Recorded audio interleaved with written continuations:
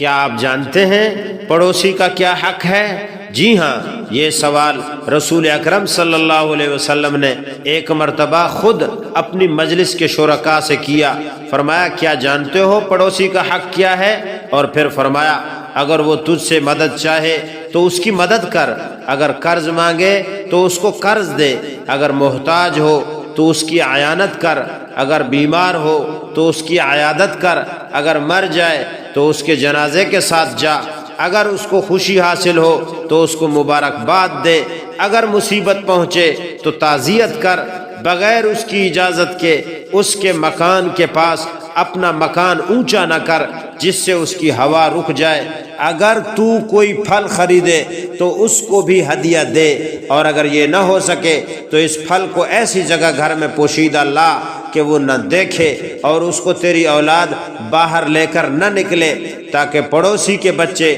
اس پھل کو دیکھ کر رنجیدہ نہ ہوں اور اپنے گھر کے دھوئیں سے اس کو تکلیف نہ پہنچا۔